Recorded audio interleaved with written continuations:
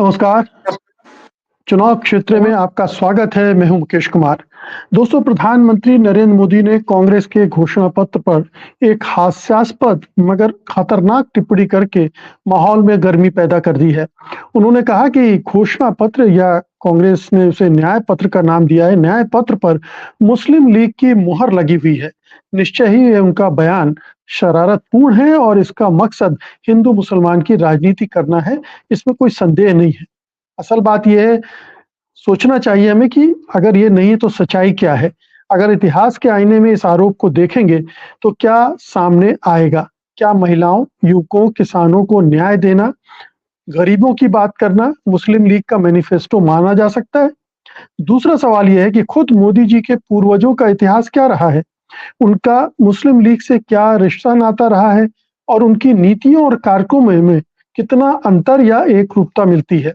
BJP और संघ परिवार अक्सर मुस्लिम लीग की निंदा करते रहते हैं और विपक्षी दलों के खिलाफ वे उसका इस्तेमाल किसी गाली की तरह करते हैं।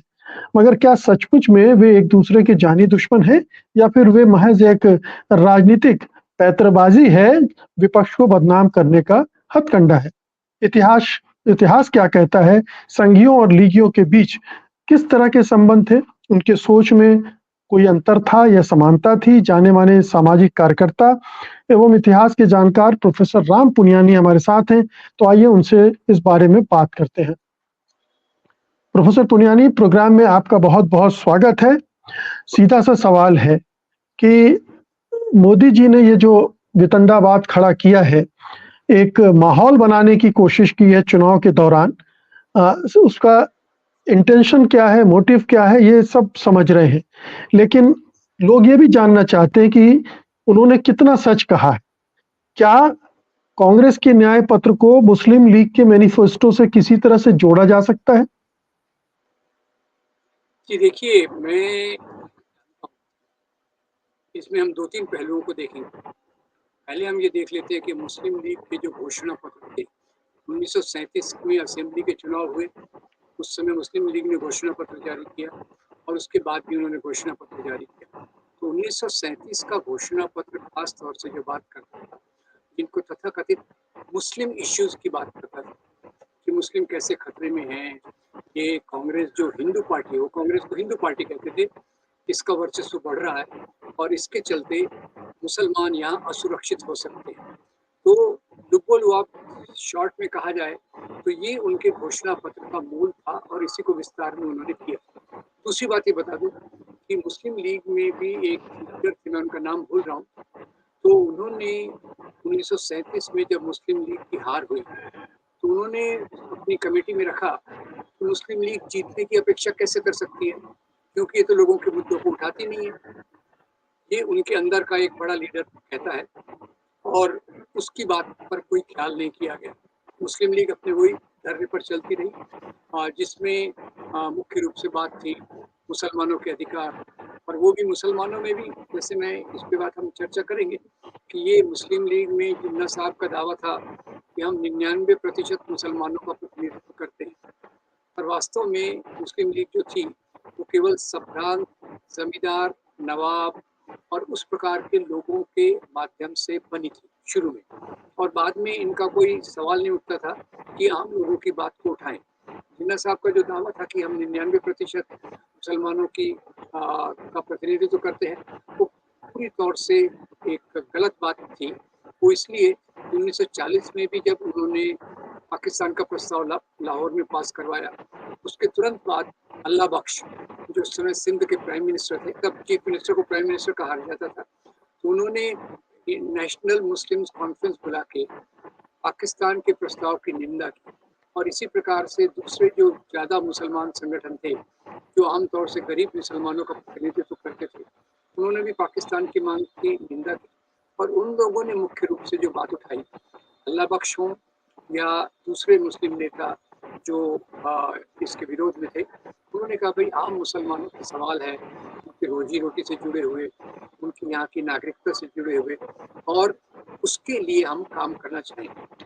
तो ये एक मोटे तौर पे मैं कह सकता हूँ कि उस समय हिंदू महासभा का जो पूरा चलन था, वो भी कोई इस आधार पे नहीं था कि आम लोगों की क्या समस्याएं हैं, महिलाओं की क्या समस्याएं। खैर, मुस्लिम लीग और हिंदू महासभा दोनों और आरएसएस, इनमें महिलाओं का तो कोई जगह थी नहीं, महिलाओं के बारे में इन्होंने कोई बात नहीं की। और इनका जो बाकी शुरुआत थी, थोड़ा मैं इसको बैकग्राउंड में, अगर आप परमिशन दे तो मैं थोड़ा बैकग्राउंड में जी। चले जाऊँ कि एक तरफ जैसे सावरकर की हिंदू महासभा है और इधर मुस्लिम लीग है। इनका उगम बड़ा इंटरेस्टिंग है, मेरे लिए वो बहुत महत्वपूर्ण है। जैसे इधर आज़ादी के लिए राष्ट्रीय आंदोलन खड़ा हो रहा था, दलितों के बीच में चेतना है, मजदूरों के बीच में चेतना है, व्यापारी उद्योगपतियों के बीच में चेतना है, मॉडर्न एजुकेटेड आधुनिक शिक्षा प्राप्त मध्यम वर्ग के बीच में चेतना है।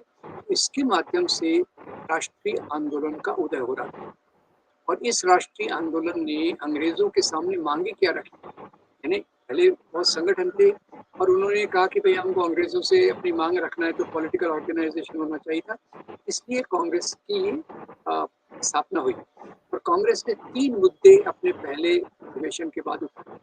पहला मुद्दा था कि यहाँ के जो नौजवान हैं उनको यहाँ के प्रशासन में जगह मिलनी चाहिए, यानी जो आईसीएस, आज का आईसीएस की परीक्षा के केंद्र लंदन में होते हैं, उसको भारत में खोला जाए ताकि यहाँ के नौजवान उसमें हिस्सा ले सकें। दूसरा, यहाँ के जो बड़े-बड़े लैंडलॉर्ड हैं, जमींदार हैं, उन पर थोड़ी सीमा लगाई जाए ताकि इनमें जो श्रम शक्ति इसमें कैद है, गुलाम के रूप में है, वो इससे निकल कर आए और औद्योगिक मजदूर बन सकें।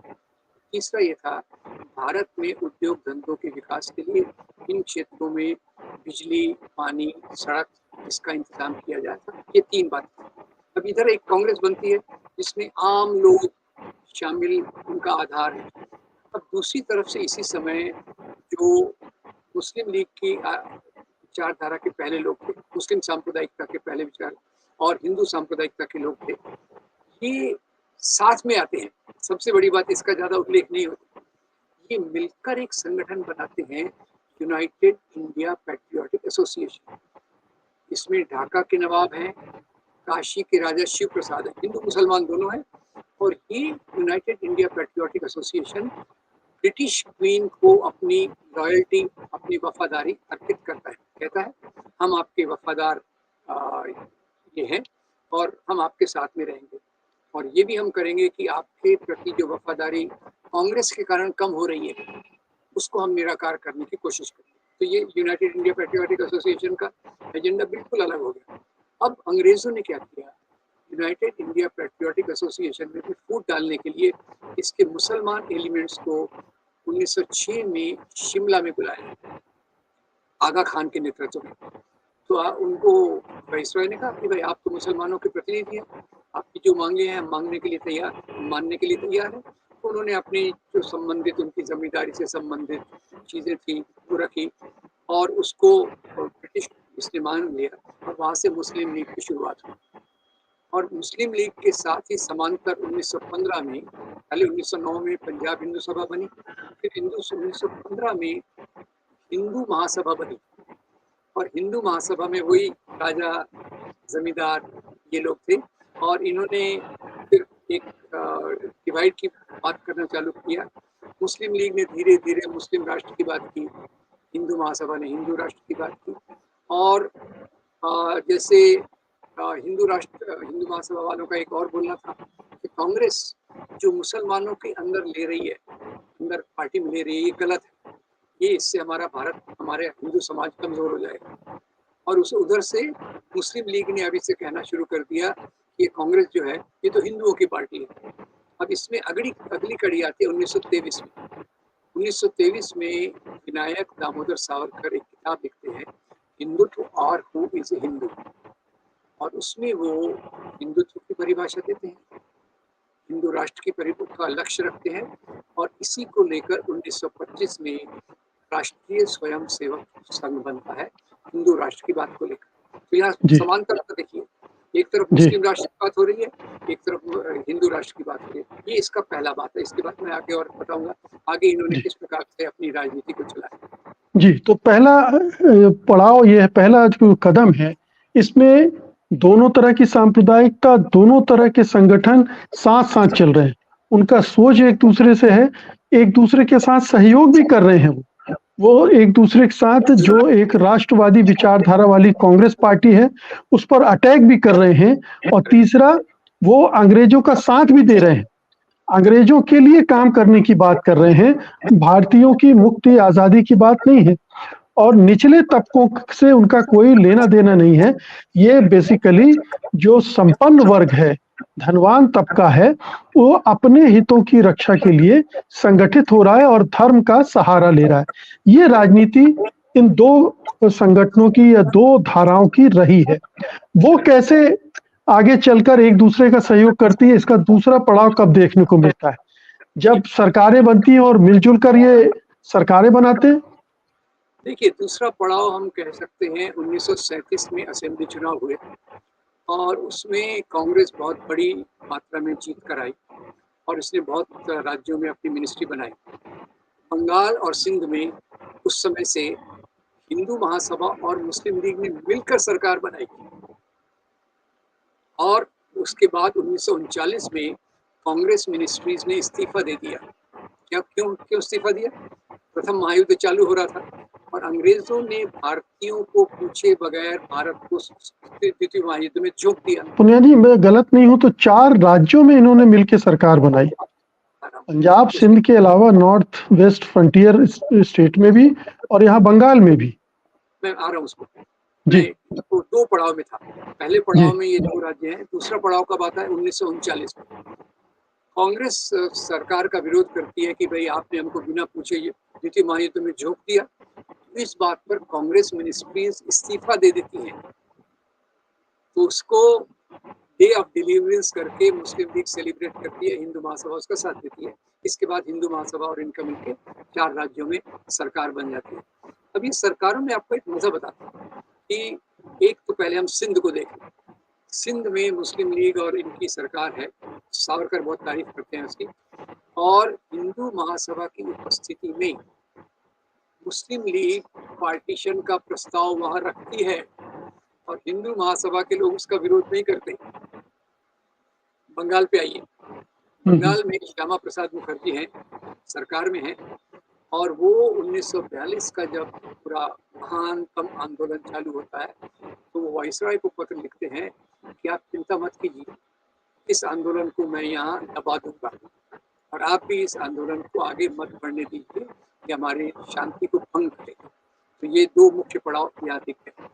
अब यहाँ मैं ये बताना चाहूंगा कि लेकिन 42 के आंदोलन में न केवल श्यामा प्रसाद मुखर्जी बल्कि पूरा राष्ट्रीय स्वयंसेवक संघ, हिंदू महासभा, सावरकर और जितने भी ये नेता थे, मेरे ख्याल से गोलवलकर भी, वो सब इसके अंग्रेजों के साथ थे, उनकी मदद कर रहे थे इस राष्ट्रवादी आंदोलन के खिलाफ। बिल्कुल सही, मैं उसी पे आ रहा हूँ। सावरकर ने उस समय अपनी तरफ से पूरी कोशिश की कि ब्रिटिश आर्मी में लोगों को भर्ती किया जाए और सावरकर ने हिंदू महासभा के लोगों को निर्देश दिया कि आप कोई भी काम ऐसा मत कीजिए जिससे अंग्रेजों को तकलीफ हो, यानी अंग्रेजों के साथ चलिए आप। दूसरी तरफ से गोलवलकर, जो आप बिल्कुल सही कह रहे हैं, गोलवलकर ने भी आरएसएस को इसी प्रकार से निर्देश दिया कि अंग्रेजों के खिलाफ आंदोलन में भाग लेना ये हमारे एजेंडा में नहीं है, ये हमारे एजेंडा का भाग ही नहीं है। तो आरएसएस का ने भी कोई भाग नहीं है। ये एक हो गया। अब मैं आपको तो बताना चाहता हूँ, एक तरफ अंबेडकर और दूसरी तरफ सुभाष चंद्र बोस, जो भारतीय इतिहास के बहुत महान नायक हैं, उन्होंने इसके बारे में किस स्पष्टता से लिखा। तो पहले हम डॉक्टर अंबेडकर की बात करते हैं।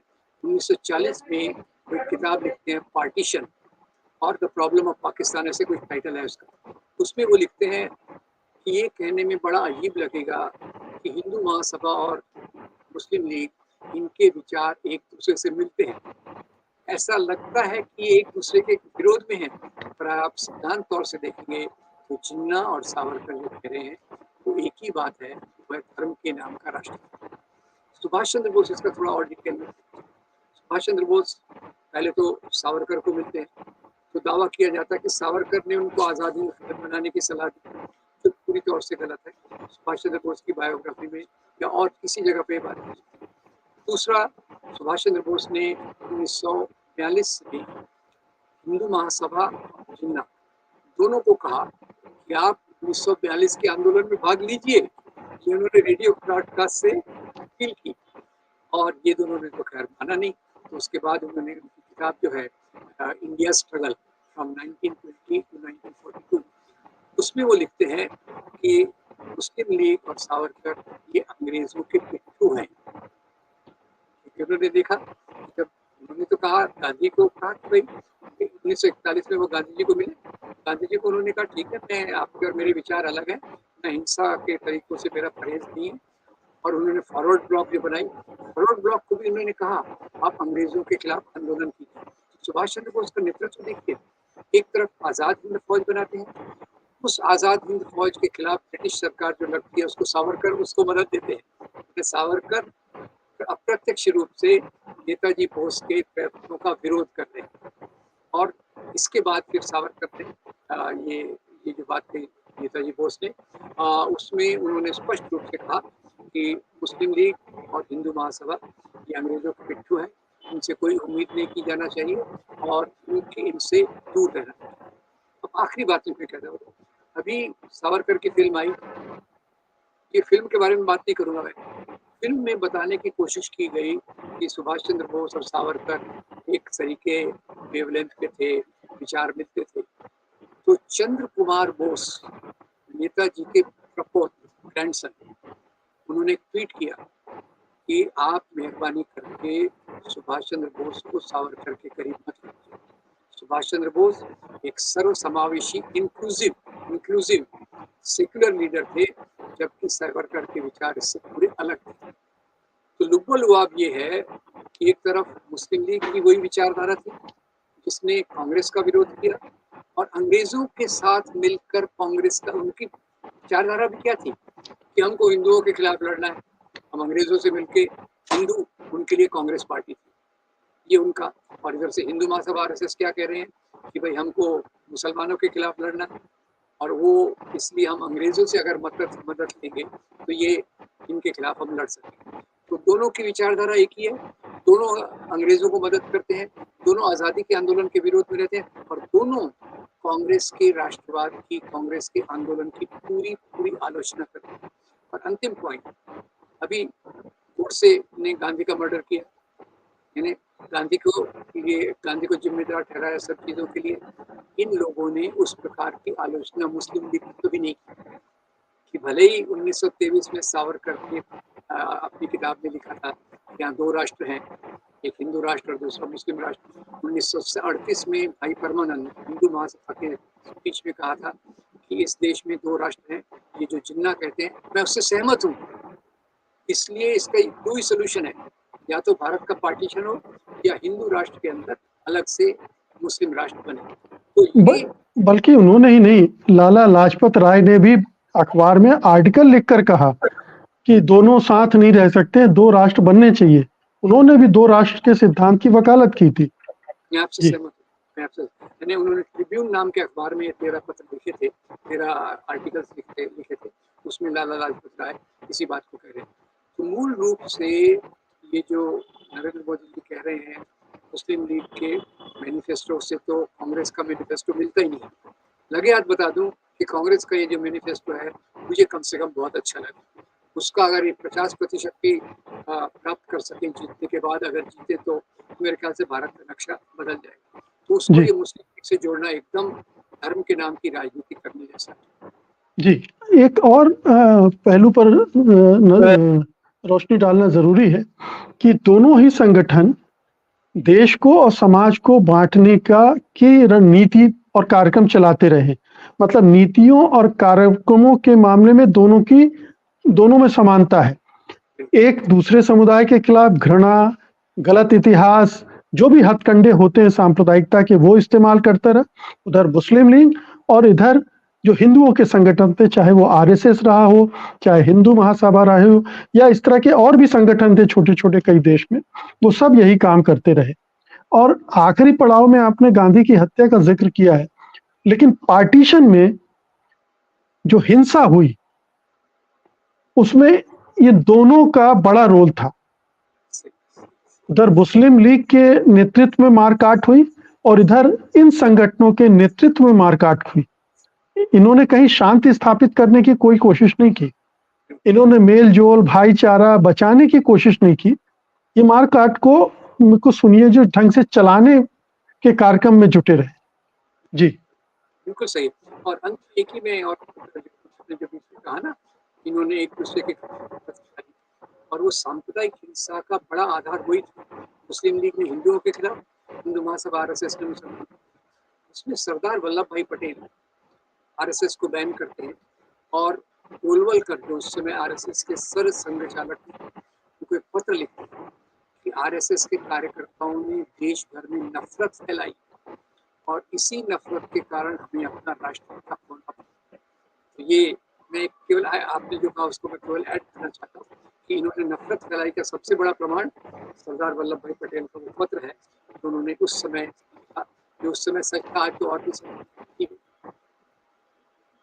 तो कहने का मतलब ये है कि कांग्रेस के घोषणा पत्र पर मुस्लिम लीग की मुहर नहीं है, बल्कि बीजेपी और मोदी सरकार की नीतियों और कार्यक्रमों में उसकी मुहर है, उसकी छाप है, वो उसकी प्रतिलिपि है। वो उस तरह के कार्यक्रम चला रही है।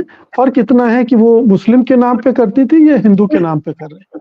बिल्कुल सही, बिल्कुल सही, बिल्कुल सही। जी और उसमें एक तो ये है, हाँ, जी कि जो प्लीज। पुराने मूल्य थे, लोकतंत्र के लोकतंत्र के पहले के जो मूल्य थे, जन्मजात ऊंच नीच, तो मुस्लिम लीग भी उसी प्रकार में विश्वास रखती थी, और हिंदू महासभा आरएसएस भी उसी प्रकार का विश्वास रखती थी।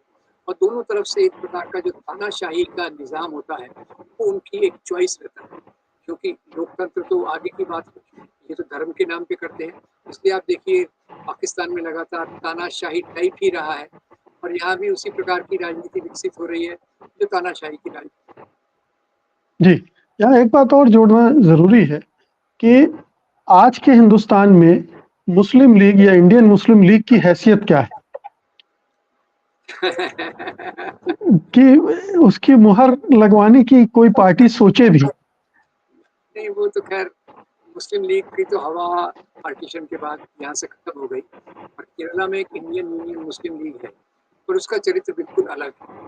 वो भारतीय संविधान में मानती है, भारतीय नागरिकता में मानती है। केवल उसका यही है कि केरल में जो मुसलमानों का प्रतिशत ज़्यादा है, उनके हितों के लिए हम काम करेंगे लोकतंत्र के फ्रेमवर्क के अंदर और संविधान के आधार। वो IUML को, इंडियन यूनियन मुस्लिम लीग को, मुस्लिम लीग से कई लोग जोड़ना चाहते हैं, वो पूरा गलत है। आपने बिल्कुल सही कहा, जो वो मुस्लिम लीग थी जिन्ना वाली, उसकी तो यहाँ टाई फिक्स हो गई, यहाँ उनका कोई प्रभाव नहीं है, कोई असर नहीं, तो उससे उसको बात करने का कोई अर्थ नहीं।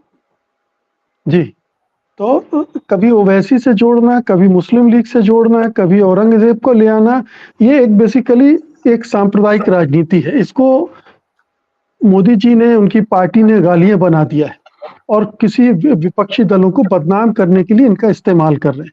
अगर इस देश के लोग ये सीधी सी राजनीति नहीं समझ सकते हैं, तो उन पर तरस ही खाया जा सकता है। समझेंगे, मुझे विश्वास है लोग समझेंगे। समस्या ये है कि ये बातें उन तक पहुंच नहीं रही, क्योंकि जो आज मीडिया को पूरा कंट्रोल उन्होंने किया है, सोशल मीडिया है, और आरएसएस का बड़ा तंत्र है, वो लोगों तक गलत बातों को पहुंचा। मेरा विश्वास है कि अगर हम सही तरीके से अपना काम करें, तो ये बातें, क्योंकि बिल्कुल बिल्कुल तथ्यों पे आधारित है, पत्रों पे आधारित है, किताबों पे आधारित है, लोग इसका पूरा विश्वास करेंगे, ऐसे मेरा विश्वास है। अंत में प्रधानमंत्री देश का होता है, उसे पूरे देश के बारे में सोचना चाहिए। लेकिन जब चुनाव मैदान पर या कहीं भी कि कपड़ों से पहचान लीजिए आप, इस तरह की बातें करता है, तो क्या ये नहीं मानना चाहिए कि वो देश के आंतरिक विभाजन को बढ़ावा दे रहा है, देश की एकता अखंडता पर काम नहीं कर रहा है, आंतरिक विभाजन को चौड़ा कर रहा है, जो पहले ही काफी गहरा होता जा रहा है।